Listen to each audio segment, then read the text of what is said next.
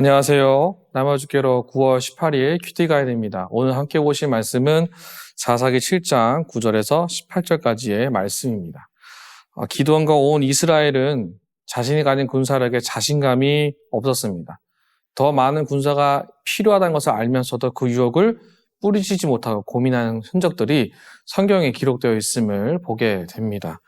그런데 이들이 이 사실을 다 내려놓고 하나님을 신뢰할 수 있도록 주께서 인도하셨고 미디안의 거대한 군대와 싸울 준비를 하면서 주위에 있는 300명, 그 300명의 동료들과 함께 극도의 연약함을 느꼈을 겁니다. 그러나 우리가 믿는 하나님은 가장 큰 군대보다 강력하시고 위대하시다는 것을 그들이 경험하게 되는데요.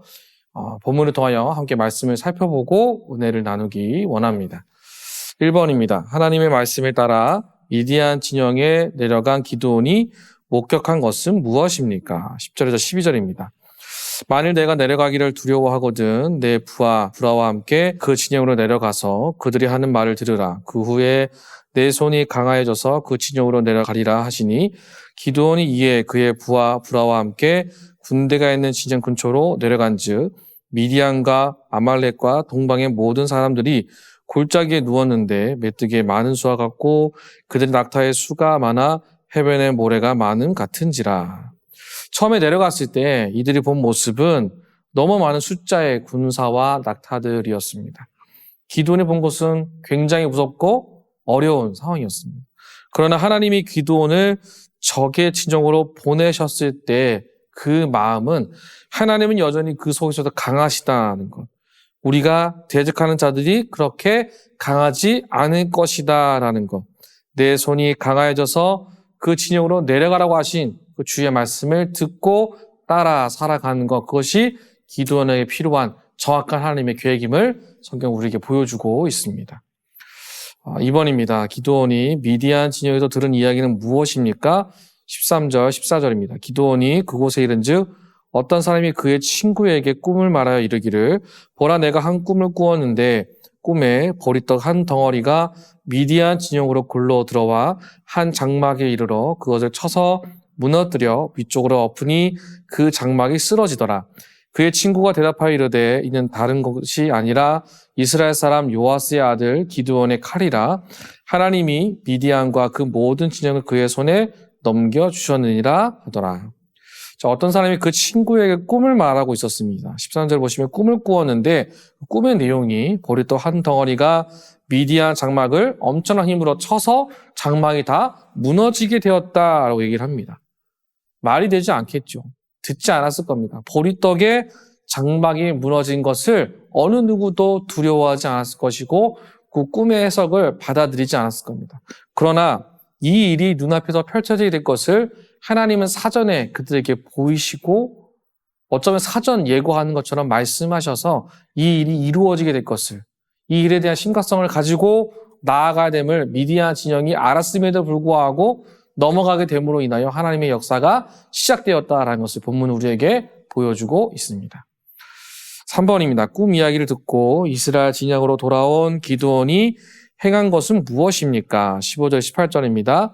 기드온이 그 꿈과 해몽하는 말을 듣고 경배하며 이스라엘 진영으로 돌아와 이르되 일어나라 여호와께서 미디안과 그 모든 진영을 너희 손에 넘겨 주셨느니라 하고 300명을 세대로 나누어 각 손에 나팔과 빈 항아리를 들고 항아리 안에는 횃불을 감추게 하고 그들에게 이르되 너희는 나만 보고 내가 하는 대로 하되 내가 그 진영 근처에 이르러서 내가 하는 대로 너희도 그리하여 나와 나를 따른 자가 다 나팔을 불거든 너희도 모든 진영 주위에서 나팔을 불며 이르기를 여호와를 위하라 기드온을 위하라 하라 하니라.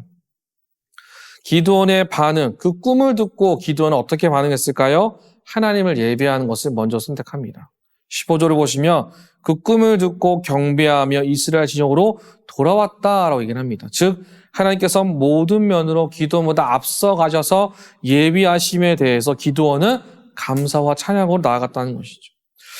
기드온은 하나님을 찬양하기만 하면 되는 것이었습니다. 그리고 그가 믿는 믿음으로 하나님이 하실 일을 기대하고 확신하여 걸어가는 것뿐이었습니다. 비록 내 손에 든 건 나팔과 빈 항아리, 횃불뿐이지만 하나님의 역사가 이루어진 것을 믿고 그대로 진행하는 것. 주님이 시키신 일을 용기를 갖고 감당하는 것이 가장 중요하다는 것을 본문은 우리에게 보여주고 있습니다. 확신하여 나아가는 것. 가장 중요한 믿음의 모습이라는 것을 기드온이라는 사람을 통하여 성경은 우리에게 도전하고 있음을 보게 됩니다. 4번입니다. 하나님께서 기드온에게 꿈 이야기를 듣게 하신 이유가 무엇인지 묵상해 봅시다. 꿈은 내가 바라는 것을 투영시켜서 해석하는 경향이 참 많습니다. 내가 원하는 것을 이렇게 꾸었기 때문에 주님이 주실 것이다. 그러나 하나님이 보여주시는 것은 하나님의 섭리와 계획이 있다라는 것을 우리는 확신하고 걸어가셔야 합니다. 확신을 얻는 과정 중에 하나님이 우리에게 위험을 감수하도록 만드실 겁니다. 그때 그 위험 때문에 무서워서 도망가는 것이 아니라 적진으로 들어가는 것. 계속해서 그 길을 넘어서는 것. 마치 기드온과 그의 부하들이 위험하지만 나팔과 항아리, 횃불 들고 전쟁터에 나가는 것처럼 하나님의 역사가 있음을 믿고 걸어가는 것. 그것이 우리에게 필요한 믿음의 실제적인 모습이다라는 것이죠. 예배하도록 이끄시고 그 예배 가운데 주신 은혜를 확신 가운데 행동할 수 있도록 역사하신 하나님. 하나님이 우리에게 시키시는 것은 하나님이 우리에게 필요한 것을 때에 따라 주신다는 그 믿음을 갖기를 원하신다라는 것입니다.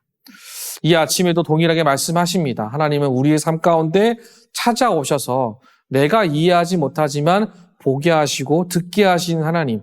그 하나님의 목적은 반복해서 말씀을 듣고 확신하는 것에 이르기를 주님은 원하신다는 것을 오늘 이 아침에 기억하시면서 오늘 하루도 주님과 함께 승리하여 주님과 함께 날마다 걸어가는 저와 여러분 모두가 되시기를 주님의 이름으로 축복합니다.